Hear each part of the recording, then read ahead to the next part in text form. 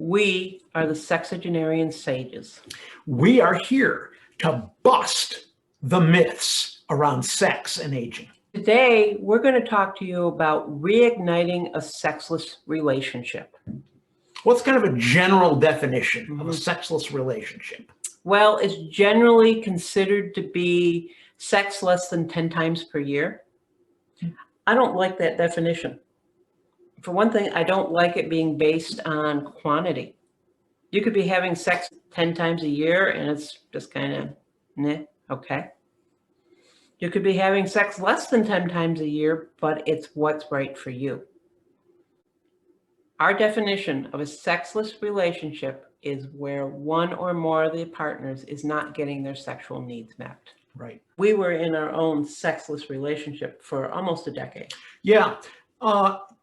And honestly, it's not unusual for older couples or even younger couples to get into sexless relationships. One statistic shows that between 15 and 20% of couples are in one of these sexless relationships as defined by having sex less than 10 times per year. Yes. And I'd like to read a quote from Dr. Phil here. Many of you, I'm sure, follow Dr. Phil. And he says, the intimacy that comes from sexual interaction takes the relationship to a completely different level.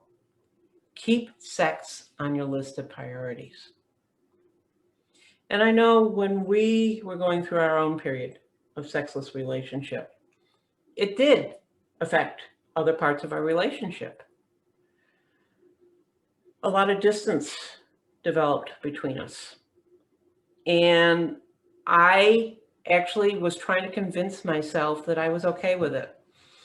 I was facing some challenges due to menopause and due to the effect of breast cancer.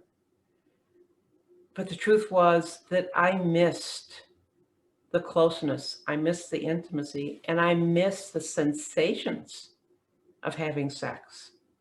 And I'm so glad that we addressed it. And we had help addressing it. And during that period of time where we were living pretty much sexless, I began to shut off my libido. I mean, why would I want to keep it going if there was nothing I could do with it? And so I had gotten into this habit of shutting it down. I needed to find things that I could do to bring it back up. How do you reignite a sexless relationship? Well, one of the first things is to identify your own desires around sex. What is it that you're really looking for? How often do you want to have sex? What type of sex do you want to have? Now, we already mentioned the fact that you all have your own definition of what's sexless in your relationship. And there may be some couples that are happy with having a relationship that's sexless. But that needs to be identified, talked about, and settled between the two of you. If one of you is feeling starved in that position, then ask yourself, how strong is this relationship? It needs to be talked about and discussed. Yep. And I like that you brought up talking about it, because so often we don't bring it up. We're afraid of hurting our partner's feelings. Things may be fine other than the sex, so we tell ourselves, well, that's good enough, until the day comes when it's not. And just the general discomfort around talking to your partner about sex is something that we need to overcome. How do you have a discussion about the fact that you're not happy with your sex life? Well, here's one really important suggestion. Don't talk about it in the bedroom. There's far too much at stake. When you're in the middle of sex, then it's harder to be honest. It's harder to be clear about what you really want.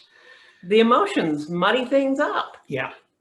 So schedule yourself a time to sit down and talk about it. Schedule a dinner in the privacy of your home where you're able to speak openly and honestly and talk about what it is that you want. And one of the things that I think is important in this conversation is to tell your partner what having sex with them does for you. There's something different about having sex with them versus masturbation or other outlets for sex. What is it that makes it so you want sex with them? Take blame and shame out of the conversation. Once you start blaming, once you start shaming, then you're getting away from trying to develop a positive relationship around your joint sexuality. Let the blame go, let the shame go, and look for what it is that you enjoy and what you desire and want. And how do you define sex? There was a Woody Allen movie where the characters separately were talking to their therapist, and the therapist asked, well, how often do you have sex? And one character says, oh, almost never. And the other said, oh, we have sex all the time. And I think part of the difference is, how do you define sex? Is sex strictly intercourse? Or are there more things that go into a sexual relationship? Understand what your definition is and talk with your partner about what their definition is. Perception also plays a role here. In other words, one may have a bigger hunger than another. You need to talk about that. You need to figure out how it is that in your relationship, you're going to be able to keep each of you satisfied. And how much of that is something that you want shared experiences, and how much of that is other outlets. Sex can be more than penetration. And once again, that comes down to your definition of what sex is. You need to discuss it and understand it. Know what your partner's needs are, what your partner's desires are, what it is that turns them on, and know what turns yourself on, what your own desires are. Yes, we have a particular societal meme about how people should get turned on for sex. And that varies. Not everybody gets turned on that way. Find out how your partner gets turned on, how you get turned on. And once again, this is a spot where you may need to set shame aside, because you're working with each other in a relationship, and you may share some vulnerable things. This is what I'd really like to experience. This is what I'd really like to do, and I'm afraid you're going to judge me because I want this. Set that shaming aside. And maybe experiment with it a little bit. Try different ways of getting turned on and see if they actually turn you on. We're giving you permission. Next one is one that tends to be a little bit of a challenge for people mentally. Schedule Opportunities for sex. You know, if it isn't scheduled, sometimes it just ain't going to happen. But isn't it supposed to be spontaneous? It's good sex is spontaneous. What's no sex? And what we're saying is you're scheduling the opportunity for sex. Just because it's on the calendar doesn't mean you have to have it. But you've got the opportunity. The kids are out of the house. You've got privacy. Maybe you do a little something to get yourself turned on before coming together with your partner. And this was one of the things that we ran into ourselves, was that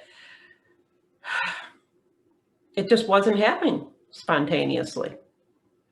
And by scheduling it and giving ourselves the opportunity, it was happening more often, and the spontaneity came back. You may find that pattern develops for you too.